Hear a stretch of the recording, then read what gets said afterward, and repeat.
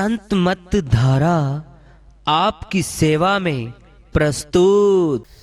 हमारा ध्यान इस तरफ जा ही नहीं पाता है कि क्यों हम धरती पे आए हैं, क्यों हम चले जाएंगे। क्या ऐसे ही बस आए और ये एक दो बच्चे पैदा कर लिए, थोड़ा बहुत धन कमा लिया, थोड़े बहुत रिश्ते बना लिए और फिर छोड़ छाड़ के और चले गए? क्या बस इतना ही काम है हमारा? सोचा नहीं ना कभी हमने। ऐसा इसलिए नहीं सोचा क्योंकि सद्गुरु के बिना कोई जगाने वाला, चेताने वाला होता ही नहीं है। जिसके आप लोग माने ना माने, पर सच यही है, जिसके बहुत सारे पुण्य इकट्ठे हो जाते हैं उसको सतगुरु मिलते हैं। बिना पुण्य बुरे को तो सतगुरु गुरु भी नहीं मिलते हैं। बुरे लोगों को तो परमात्मा क्या गुरु भी कुछ नहीं मिलता है। जिसकी जिंदगी में अब मेरा दरवाजा कोई दूसरी बात, अब जो फर्क की बात आती है, एक इंसान है, मैंने दरवाजा खटखटाया, मेरे लिए उसने एकदम से खोल दिया, आइए। एक वो है जो पहले जांचेगा मुझे। दूसरा, एक पहला शिष्य क्या है, गुरु ने आवाज लगाई, वो चरणों में पहुंच गया। मीराबाई जी ने गुरु रविदास जी की आवाज सुनी, तुरंत सब कुछ भूल के उनकी आज्ञा में मार पड़ती थी उनको घर से, फिर भी गुरु के लिए दर्शन करने के लिए जाती थी। पिटती थी वो अपने घर में, लेकिन फिर भी गुरु दर्शन के लिए वो जाती थी। हमें कोई रोकता भी नहीं है, हम फिर आते नहीं हैं। फर्क तो है। फर्क हम रख जाते हैं अपने लिए, अपने साथ नाइंसाफी कर जाते हैं। बिगड़ता किसी का दूसरे का नहीं है संसार में, यहां हम अपना बिगाड़ बैठते हैं। दूसरी बात, मैंने दरवाजा खटखटाया, वो मुझे जांचेगा, मुझे परखेगा। क्यों? क्योंकि उसको मुझ पे साफ सी बात है, विश्वास नहीं है और नहीं करना चाहिए, क्योंकि मैं उसके लिए अनजान हूं। इसीलिए सदगुरु साहिब संतों की वाणी सुनाते हैं। इसीलिए मैंने मीराबाई जी की बात आप लोगों के सामने रखी, क्योंकि मैं जानती हूं कि मेरी बात पे आप लोग जल्दी से विश्वास नहीं कर पाएंगे, मैं भी नहीं कर पाऊंगी। अनजान इंसान कोई आके खड़ा हो जाए तो बिना बरते विश्वास नहीं कर पाऊंगी। लेकिन रास्ता जिस पे वो चले थे, जो पहुंच गए, उस रास्ते पर तो हम यकीन जरूर करेंगे। इसीलिए संतों की वाणी, संतों के किस्से हम लोग सुनते सुनाते हैं। अब दरवाजा खोल के, मुझे परख के, मुझे मेरा समझ भी ले मेरी बात की सच्ची है और फिर भी नकार दे, तो ये क्या सही होगा? चलो मैंने तो अपना काम कर लिया, पर अगर सामने से कोई मना कर दे तो इसमें मेरे भी, परमात्मा भी कभी किसी के साथ जबरदस्ती नहीं करते। परमात्मा भी मनुष्य को आजाद छोड़ देते हैं कि तेरे पास सारे रास्ते हैं, तू चाहे तो स्वर्ग ले ले, अच्छे कर्म कर, तू चाहे बुरे कर्म कर, नरक ले ले, तू चाहे तो अपवर्ग ले ले, गुरु बना अपवर्ग ले ले।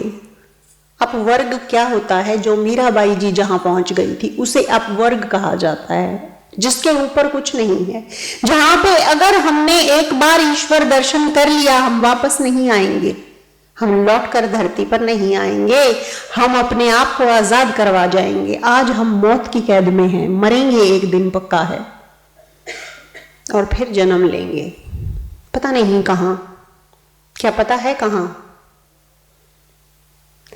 क्या हम में से किसी एक को भी ये पता है कि मेरी मौत के बाद मैं कहां जाऊंगा या जाऊंगी? कब पता करेंगे? जिंदगी रहते रहते ही पता किया जाता है। जिंदगी में ही जोड़ा जाता है पुण्य, जिंदगी में ही जोड़ा जाता है पाप, और जिंदगी भर में ही जोड़ी जाती है भक्ति। जोड़ना क्या है, ये हमें तय करना होता है। जो पैसा जोड़ के, देख लीजिए, जो पैसा जोड़ के गया वो यहीं छोड़ के चला गया। जो औलाद पैदा करके गया वो औलाद छोड़ के चला गया। जो भक्ति करके गया वो गांठ बांध के चला गया, वहां तक गया जिसे लौटना नहीं पड़ा। हमें फिर से जन्म और फिर से मरण के इस सर्कल को तोड़ने के लिए सद्गुरु हमारे जीवन में आते हैं, ताकि हमें ये बात बताई जा सके कि अगर तूने गुरु से नाम नहीं लिया, अगर तूने गुरु धारण नहीं किया, तो तेरे लिए नरक या 84 लाख की गधे घोड़े कुत्ते की योनियां डिसाइडेड है। ये मैंने नहीं कहा। गुरु नानक साहिब की वाणी क्या है, मेरी बात आप मत मानिए, क्योंकि मेरी बात की शायद कोई वैल्यू नहीं है, लेकिन उनकी बात जरूर मानिए जिन्होंने हमें सिखाने का ठेका लिया था, जो आए थे हमें सिखाने के लिए, आज तक सिखा रहे हैं। क्या कहा गुरु नानक साहिब ने? 184 भरंडियां मानुष जन्म पायो कि तू 84 लाख योनियों में गधा घोड़ा मच्छर कीट पतंगा बनने के बाद तुझे ये एक मनुष्य की देह तुझे मैंने दी है। कहे नानक नाम संभाल। क्या कहते हैं नानक जी कि अब तू जिंदा है, तुझे ये देह इंसान की मिली हुई है, अब तू नाम संभाल ले, नहीं तो 100 दिन नेड़े आयो, नहीं तो वही मौत के बाद 84 लाख के पशु पक्षियों की योनियां तेरे लिए इंतजार में खड़ी हैं। कौन करता है भक्ति? बस मैं 5 मिनट लूंगी, आप लोग देख लो कर पाओगे कि नहीं कर पाओगे। मैं तो बोल सकती हूं, बस करना ना करना मैं खुद को तार लूं, मेरे लिए वही बहुत है। तो आप लोगों को तो जब कमाने की इंसानी देह मिली है तो आप क्यों नहीं ले लेते उस ईश्वर को? आप लोगों के पास चॉइस है, तू स्वर्ग ले ले। इंसान की देह से क्या क्या मिलता है? स्वर्ग भी, नरक भी, अपवर्ग भी। ले लो ना, क्या लेना चाहते हो? इतनी चॉइस मिलने के बाद अगर हम ना लें अपने लिए कुछ, तो किसकी गलती है? अब नानक साहिब ने हमें बता दिया है कि तू ऐसे ही, तूने गिड़गिड़ाकर मालिक के चरणों में जब प्रार्थनाएं की थी, तब तुझे पशु पक्षियों को देह छुड़ाकर तेरे पे दया करके तेरे को इंसान बनाया था। क्यों? क्योंकि ये नर नारायणी देह है। इस देह का दरवाजा सीधे अपवर्ग में खुलना चाहिए, खुलना चाहिए। नहीं खुलेगा तो हम कहां भटकेंगे?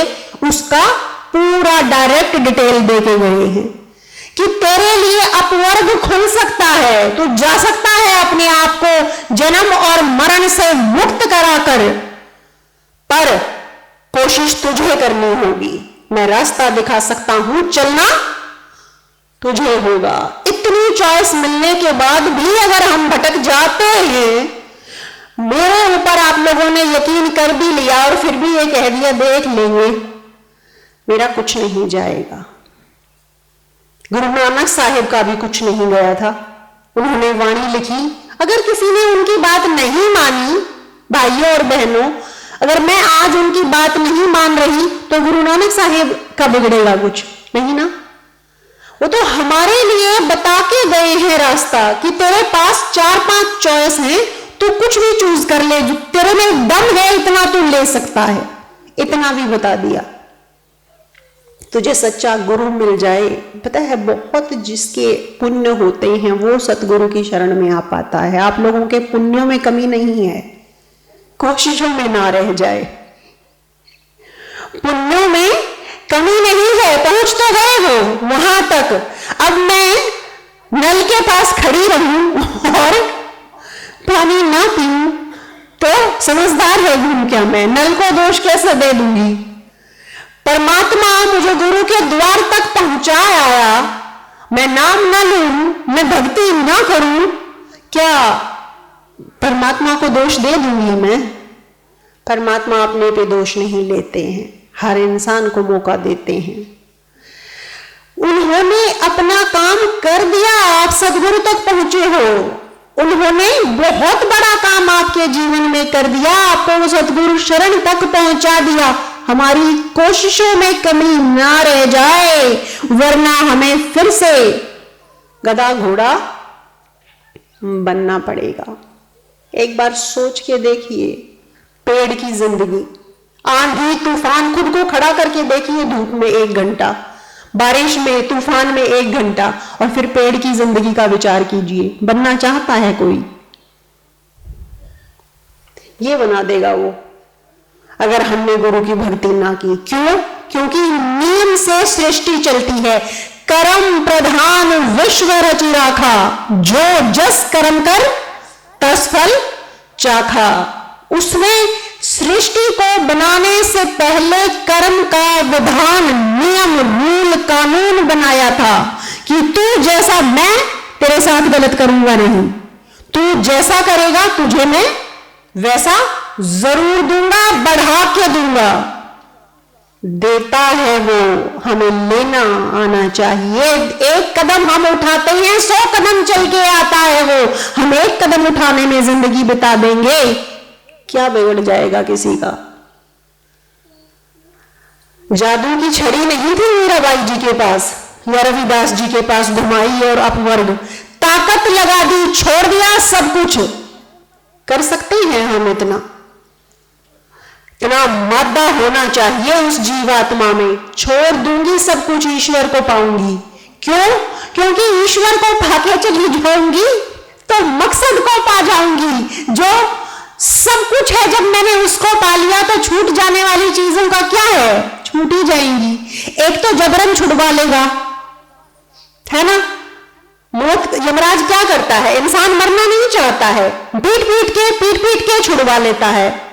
सच में पीटता है। यमराज जब आता है, आत्मा की ऐसी गति होती है भाइयों और बहनों, वो शरीर को छोड़ना नहीं चाहती, क्योंकि उसे शरीर से, रिश्तों से, धन से, अपने मकानों से बहुत गहरा मोह होता है। अब मैं ये कहूं, अंकल जी उठो, आपका घर खाली करो, मैं लूंगी, छोड़ दोगे 1 घंटे, 1 झटके में? मैं कहती हूं भाभी जी छोड़ो अपना शरीर, मैं लूंगी, छोड़ दोगे क्या? नहीं छोड़ना चाहते। हमें लगाव है इन चीजों से, पर वो मार मार के भी तो छुड़वा लेगा। क्यों फटे? वो क्यों नहीं छोड़ देते हैं? जब पता है छूट जाएगा, पता है ना छूट जाएगा। इससे पहले कि जूते खा के छोड़े, अपने मन से पहले ही डिसाइड कर ले, पाके जाऊंगी उसको।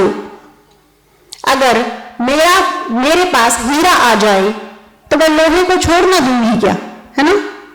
फिर मेरे को ले भाई पकड़ तेरा लोहा, मैं तेरे लोहे का क्या करूंगी? मेरे पास तो हीरा है। मैंने आत्मा को पा लिया। आत्मा क्या है हमारी? कभी नहीं मरती। क्या है हमारी आत्मा? हीरा है, अविनाशी है। मैंने आत्मा को पा लिया, हीरे को पा लिया। फिर इस लोहे के शरीर को क्यों ना छोड़ दूंगी? मौत आनी ही आनी है, मैं छोड़ू ना छोड़ू? तो समझदारी इसमें है कि मैं अगर 1 मिनट समझाने के लिए कह रही हूं, मेरी अभी मौत आ जाए, मुझे पता नहीं लगेगा, क्योंकि शरीर में कोई फील नहीं होती, आत्मा में फील होती है। आत्मा से जिस आपने मुर्दाओं को देखा होगा, वो फील नहीं कर सकते। महसूस क्या करती है?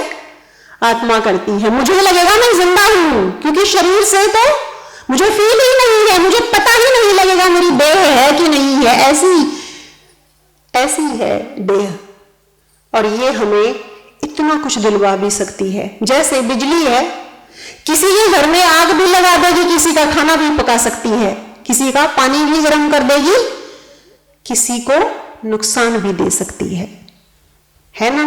एक ही बिजली है, एक ही आत्मा है, एक जैसी आत्मा है, एक जैसा ईश्वर है। वो बिजली को क्या बैर है किसी से? नहीं ना?